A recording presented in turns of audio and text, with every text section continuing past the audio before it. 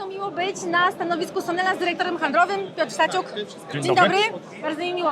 Piotr, powiedz mi, patrząc na to, jak jest oblegane wasze stoisko i co prezentujecie, tyle nowości i tyle pomysłów, które wdrażacie w życie, na czym polega wasz sukces? Nasz sukces w dużej mierze polega na produkcie jako takim.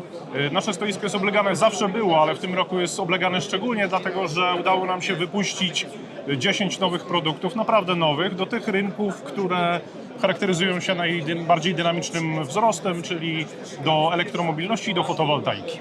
Wyczuwacie nad bezpieczeństwem Tak. przesyłu, tego co powstaje i tego co my otrzymujemy. Właściwie nad bezpieczeństwem czuwają użytkownicy naszych urządzeń. My dostarczamy sprzętu pomiarowego, który to sprzęt jest wymagany przez prawo, przez regulacje, przez normy i rzeczywiście ten sprzęt służy temu, żeby być pewnym, że infrastruktura energetyczna, urządzenia elektryczne są bezpieczne dla użytkowników. Ale tutaj mówimy o prawie, mówimy o dostosowaniach do jakichś dyrektyw Unii Europejskiej. Czy jest to trudny biznes? Czy jest to trudny rynek?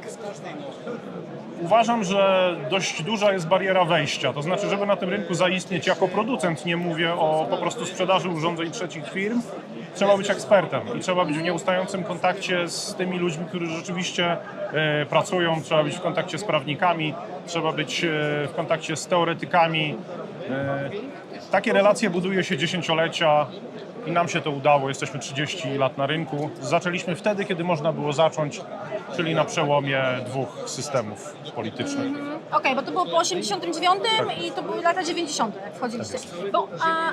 Fantastyczne jest to, że to nie jest tylko produkt, ale jest to też wasz projekt. Wy macie laboratoria, wy macie cały back office do tego, co oferujecie klientom na samym końcu. Tak, to prawda. Zresztą jedna z głównych decyzji zakupowych naszych produktów, mówię o sprzęcie pomiarowym, to zawsze laboratorium, żeby urządzenia skalibrować i żeby wystawić świadectwo certyfikacji oraz serwis.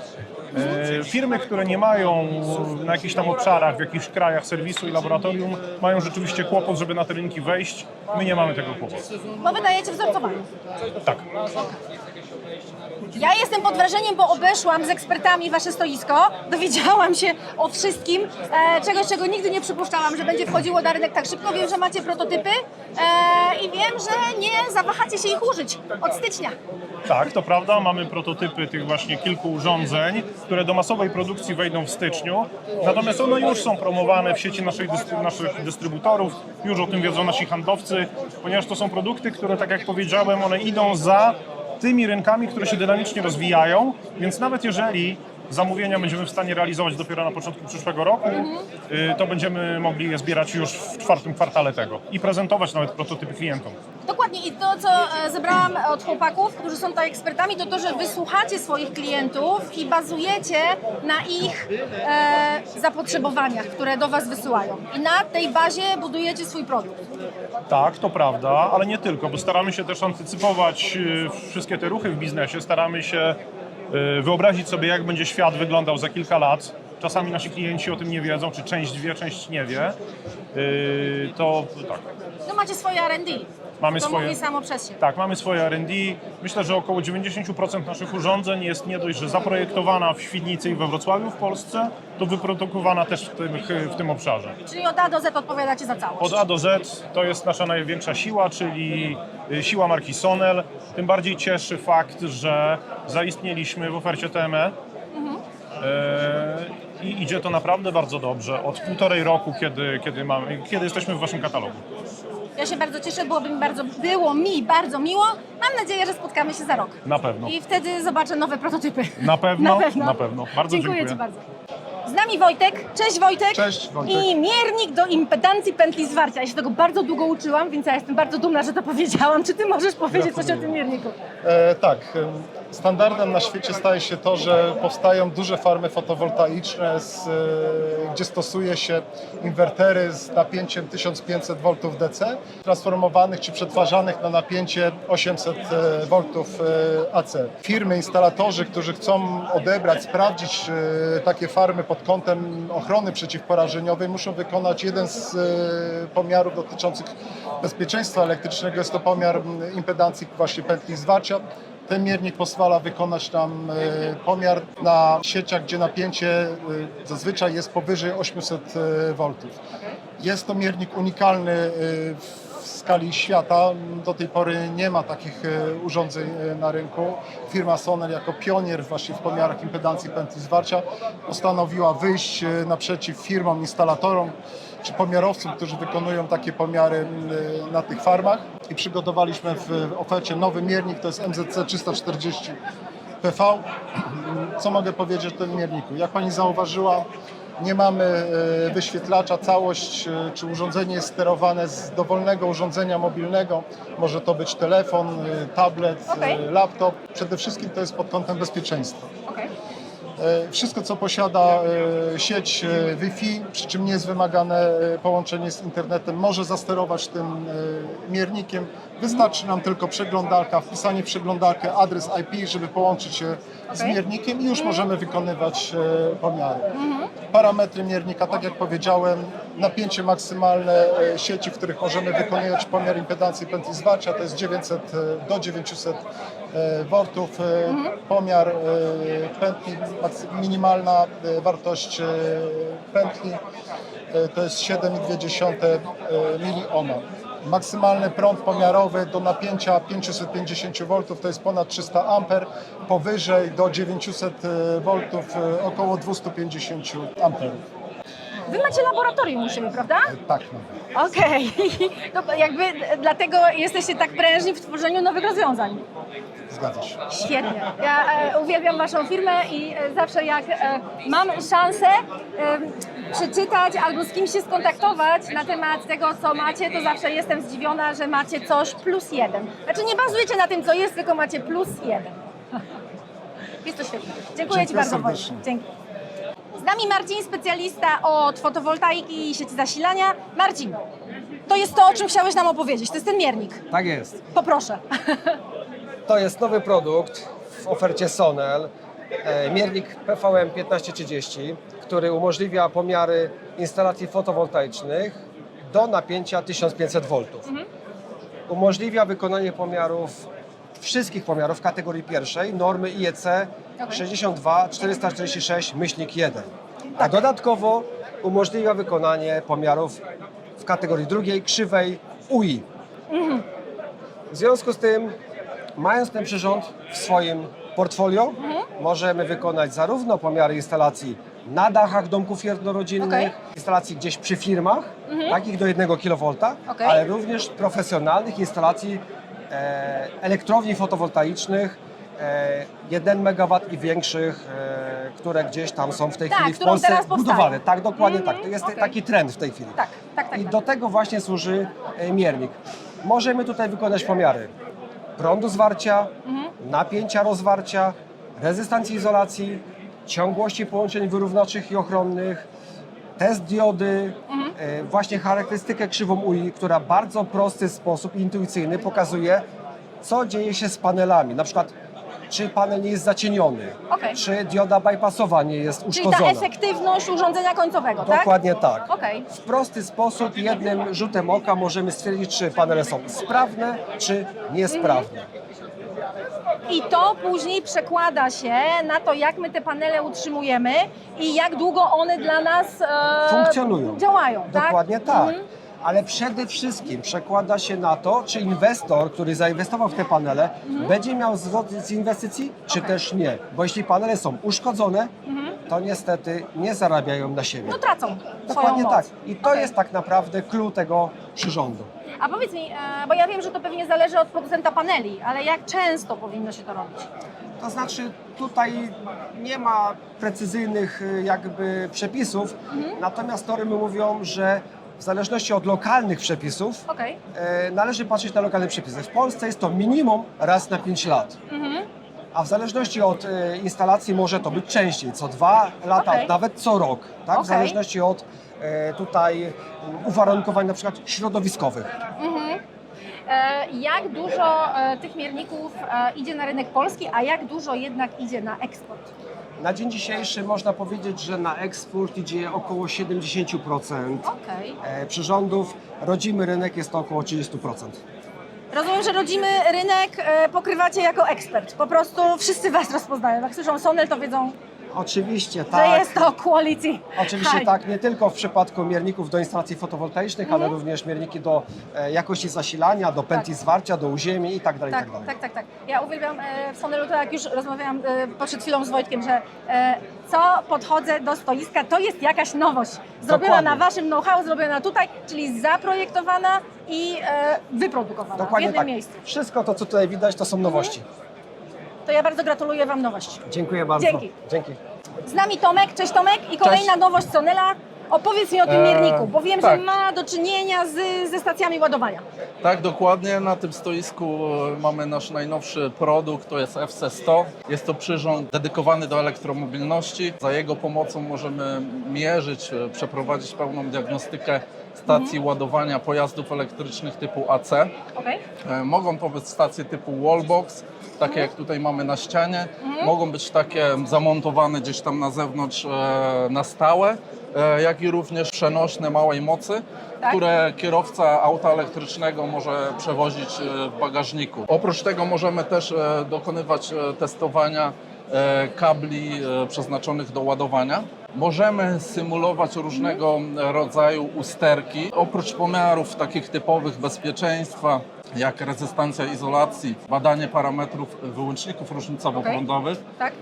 czy też badanie połączeń wyrównawczych, połączeń ochronnych. Możemy przeprowadzić również pełną diagnostykę sygnałów sterujących stacją ładowania. Co jest ważne, jest to nie potrzebujemy do tego żadnych innych przyrządów. Ta walizka Jedna wystarczy. dedykowana walizka, kompleksowe pomiary. Ile ona waży? Mogę ją podnieść? Koło 8, Mogę? 7-8 kg. Proszę bardzo. Czekaj. Nie no spoko, mogłabym z nią pochodzić i pomierzyć. Tak, ale jest dosyć wygodna, jest tutaj uchwyt, Tak. tak. Aha. Także po zamknięciu można sobie ją przenosić z miejsca na miejsce, gdzie pomiarowe wykonuje swoje pomiary. Okej, to wygląda na zaawansowany sprzęt. My mamy na razie ile stacji ładowania w Polsce? 15 000 i ja nie pamiętam dokładnie jakie są liczby. Nie ma tego jeszcze dużo. I jak ty widzisz ten rynek w przyszłości? Myślisz, że naprawdę Polska pójdzie tą drogą, że dokoptujemy do krajów takich na przykład jak skandynawskie, które mają na każdym rogu stację Zgadza się, ładowania? nie ma tego dużo, natomiast rozwój elektromobilności jest niemal pewną sprawą, tak. Badamy, monitorujemy rynek i pod to tworzymy produkty. Są to produkty, jest to zapotrzebowanie naszych użytkowników. Nie ukrywam, że nie tylko na rynek krajowy jest to produkt, ale również na cały świat, gdzie ta elektromobilność jest znacznie bardziej zaawansowana. Natomiast zwykle się dzieje tak, że powiedzmy w Polsce dzieje się to samo, co u naszych zachodnich sąsiadów z czasem. No tak, podążamy tymi samymi trendami, Stąd. ale wiesz, moje pytanie wynikało stąd, że skoro dajecie coś, co zabezpiecza użytkownika, to powinno kopnąć ten przemysł do przodu trochę bardziej. Ta branża potrzebuje kompleksowych produktów, nie tylko aut, nie tylko infrastruktury do ładowania, ale również produktów, które dbają o bezpieczeństwo. Tworzenie tego produktu jest to sukces pracowników firmy Sonel, bo ponieważ dzięki ich doświadczeniu, wiedzy możemy tworzyć właśnie takie innowacyjne produkty. Nie ukrywamy, że chcemy, aby to nam pomogło stać się w przyszłości liderem bezpieczeństwa w elektromobilności. Super, że macie tyle nowości, super, że macie prototypy. Ja do Was jeszcze przyjdę w przyszłym roku, bo będę bardzo Zapraszamy. ciekawa, co jest nowego. Dziękuję Ci, Tomek. Dziękuję. Z nami Marcin, Sonel i kamera akustyczna. Opowiadaj, Marcin. To jest kamera akustyczna KUS-100, wyposażona jest w 64 mikrofony i posiada zakres od 2 do 65 kHz. Ma dwa zastosowania. Przede wszystkim wykrywanie wycieków. Dzięki wbudowanemu kalkulatorowi jeszcze jest w stanie powiedzieć, ile danego czynnika tracimy i ile nas to kosztuje, co Okej. jest dużą sprawą dla klientów końcowych. Tak?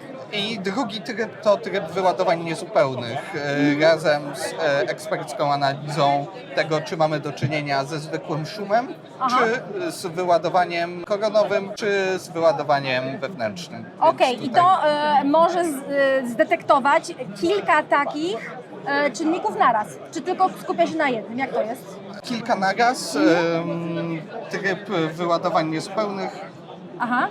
Tryb wyładowań niezupełnych posiada po prostu informacje. A, okej. Mogę to pokazać? Oczywiście. Informacje, czy mamy do czynienia z szumem, z hałasem, czy mamy do czynienia z wyładowaniem koronowym.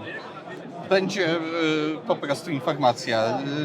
Ze względu na ograniczenia przestrzeni nie jesteśmy w stanie jesteśmy w stanie tego pokazać. zamodelować, ale skutecznie przeszła wszystkie nasze testy. Okej, bo testujecie ją u siebie w laboratoriach. Powiedz mi, jakie jest zainteresowanie takimi urządzeniami na rynku? Wysokie, jeżeli chodzi o branżę, to są głównie branże produkcyjne, czyli zakłady produkcyjne, w których mamy do czynienia z instalacjami ze sprężonymi czynnikami, na przykład sprężonym powietrzem, więc wszelkiego rodzaju pneumatyka. Dzisiaj miałem okazję porozmawiać z klientem z branży wodno-kanalizacyjnej, który posiada również własną biogazownię i jak najbardziej tam też tego typu urządzenie znajduje zastosowanie. Wszędzie, gdzie mamy do czynienia ze sprężonymi czynnikami, więc sieci warsztatów samochodowych, cena jest naprawdę konkurencyjna, więc tutaj grono klientów jest bardzo szerokie. A jeżeli chodzi o wykrywanie wyładowań niezupełnych, to energetyka zawodowa, czyli tam, gdzie mamy do czynienia ze średnimi, wysokimi, najwyższymi napięciami. Okej, czyli jest to przeznaczone i dla profesjonalistów, i dla tej branży takiej z wysokiej... HVAC tak, dokładnie, też, ale też dla absolutnych profesjonalistów, jak również ekspertów w swoich dziedzinach.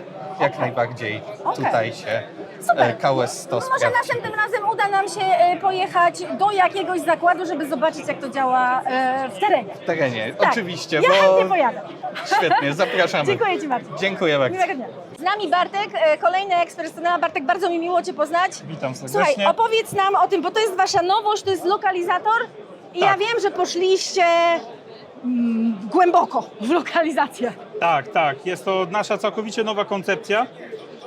Przyświecała nam idea kontynuowania pięknej polskiej historii, którą zapoczątkował Józef Kosacki.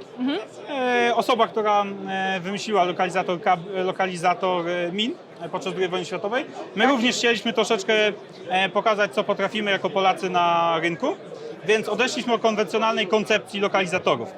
U nas odbiornik jest w postaci detektora, czyli tego małego trójkątnego urządzenia na dole.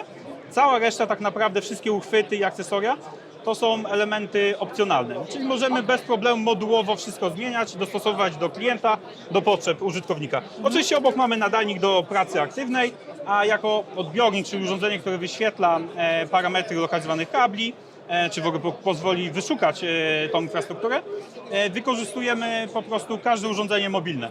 Czyli w takiej postaci możemy wykorzystać i telefon, i tablet. Czyli oczywiście zyskujemy przechodną, jaką chcemy, jaką wykorzystamy, różne specyfikacje, jeśli chodzi o sprzętowość, czy ochronę i wytrzymałość. Z ciekawostek, o których warto wspomnieć, lokalizator jest w 100% polski, więc został wymyślony, opracowany w Polsce, a jest produkowany na Dolnym Śląsku w Świdnicy w naszej fabryce. Dokładnie, bo Wy nie tylko produkujecie, ale Wy projektujecie to urządzenie. Tak, dokładnie. To jest fantastyczne. Ciekawą właśnie historią jest ten lokalizator, ponieważ jest to mało zagłębiona i, że tak powiem, eksplorowana część fizyki. Tutaj było naprawdę dużo pracy poświęcone na samo, że tak może to ujmę, spenetrowanie pewnych tajemnic, aby zajrzeć w głąb Ziemi. Dlatego też w kartach projektowych nazywamy go podziemnym detektywem. Słuchaj, no tak wygląda. Ja przygotowując się do wywiadu czytałam jakby, że ludzie... Czy ja mogę to sobie kupić jako taki indywidualny odbiorca? Tak, Mogę? jak najbardziej, okej. oczywiście. I to w kilku różnych dostępnych wersjach cenowo, ponieważ sam lokalizator umożliwia pracę w trybie pasywnym, czyli bez nadajnika, bez sprawdzania naszego sygnału, ale także w trybie aktywnym, czyli wtedy my sprawdzamy nasz sygnał i my trasujemy dokładnie to, co my chcemy. Okej, czyli jeżeli kupuję sobie działkę z domem i z kablami i chcę sprawdzić, czy faktycznie mapa projektowa zgadza się z tym, co jest pod ziemią, to jadę. Nawet bym polecił, kurczę, bo według mapek czasem potrafią być duże odstępy. Okej. Super. To później się umówimy, wyjdziemy na zewnątrz i sprawdzimy kable. Pewnie, oczywiście. że Dziękuję tak. Ci bardzo. Proszę bardzo. Z nami Michał, ekspert. Witam Dzień serdecznie, dobry. Michał Cioń. Ja bardzo bym się chciała dowiedzieć, jak działa to urządzenie, które jest To jest miernikiem system, baterii. tak, to jest system baterii akumulatorów. Jest to coś nowego w naszej ofercie, którego do tej pory nie było. Jest to uzupełnienie jakby tej zielonej oferty, tak? Okej. Bo w momencie, kiedy mamy farmy fotowoltaiczne i stacje i instalacje PV, często jest nadprodukcja i musimy te stacje wyłączyć. I tutaj pojawia się jakby sektor magazynowania energii, które też musimy sprawdzać, tak? Baterie ulegają degradacji, ulegają zniszczeniu i żeby mieć pewność, że wszystko jest jak najbardziej w porządku, musimy je sprawdzać. Dlatego w tym roku mamy właśnie debiut mojego dziecka, że tak powiem, bo jestem Twoje dziecko. osobą Ulubione odpowiedzialną, dziecko. tak, tester baterii. Ma możliwość badania takich parametrów jak impedancja wewnętrzna, którym jest jakby najważniejszym wyznacznikiem, jeżeli chodzi o badanie akumulatorów.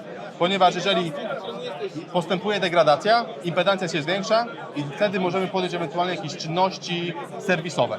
Okej, a powiedz mi, jeżeli mamy tą fotowoltaikę, to jak często taka bateria powinna być testowana, żeby gdzieś tam to bezpieczeństwo zachować? Jest to ciężko określić, ponieważ nie ma na to żadnych wymogów prawnych. Okej. Musimy się opierać na tym, co deklaruje procent baterii, tak? Jeżeli deklaruje żywotność na 5 lat, badamy co 5 lat. Jeżeli deklaruje żywotność na rok, badamy co roku, żeby mieć po prostu pewność, że nasza instalacja jest sprawna. Okej, no jeżeli nie będziemy tego robić, to rozumiem, że konsekwencją jest zniszczenie całej instalacji fotowoltaicznej na przykład. Może nie instalacji, ale w momencie, kiedy zabraknie nam energii i będziemy chcieli zasilić się z tego magazynu, nie będziemy mieli możliwości, bo nie będzie w nim energii. Tak? Czyli to chodzi o to, żeby zapewnić jakby ciągłość dostaw energii, tak? Okej, czyli rozumiem, że takie sektory jak na przykład szpitale. Szpitale, Wojsko. kopalnie. Aha. Tam jest potrzebne zapewnienie ciągłości i wtedy właśnie trzeba badać tym testerem baterii. Pewnie nie poprzestaniecie na jednym produkcie, tylko będziecie szli dalej. Tak, ponieważ tutaj mamy pomiar napięcia baterii do 400 V, tak? A wiemy, że sektor fotowoltaiki, magazynów energii i farm wiatrowych się rozwija i te napięcia na pewno będą wyższe, więc chcemy mieć możliwość zaoferowania klientom tego, czego potrzebują, czyli jak najbardziej będziemy oferowali nowe produkty. w Czyli tym w sektorze. Waszym interesie jest monitorowanie rynku i dostosowywanie się do zmian, które następują, tak jak sam mówisz, bardzo szybko. Dokładnie, cały czas to się prężnie rozwija. Nie wiemy, co będzie jutro, nie wiemy, co będzie za rok, ale staramy się być elastyczni i podążać za trendami. To gratuluję Ci, bo bardzo mi się podoba to Twoje dziecko. Dziękuję bardzo. Dziękuję bardzo. A teraz wisienka. Prototyp. Prototyp, coś nowego, będzie debiut w styczniu. To jest tester urządzeń elektrycznych i elektronarzędzi. Coś, co jest bardzo ważne ze względu bezpieczeństwa użytkownika. Tak? Okej. Czyli w momencie, kiedy pracodawca udostępnia swoim pracownikom różnego rodzaju elektronarzędzia, są szlifierki kątowe, czy to są wiertarki, czy to jest linia produkcyjna, użytkownik musi mieć pewność, że to jest bezpieczne. Okej. I w takim wypadku można właśnie tym testerem sprawdzić, czy to jest bezpieczne.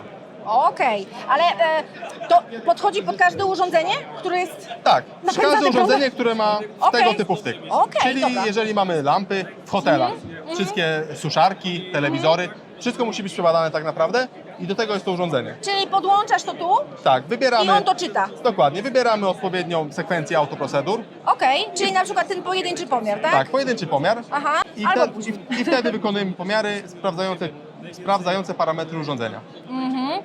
Jeżeli to jest prototyp, wprowadzacie to w styczniu, jak myślisz, jak rynek zareaguje? Czy to jest potrzebne? Czy... To jest potrzebne, bo to jest jakby następca tego, co mamy w ofercie. Po wielu latach zbierania doświadczenia, jeżeli chodzi o pomiary, doszliśmy do momentu, w którym interfejs użytkownika nie nadążał za potrzebami rynku.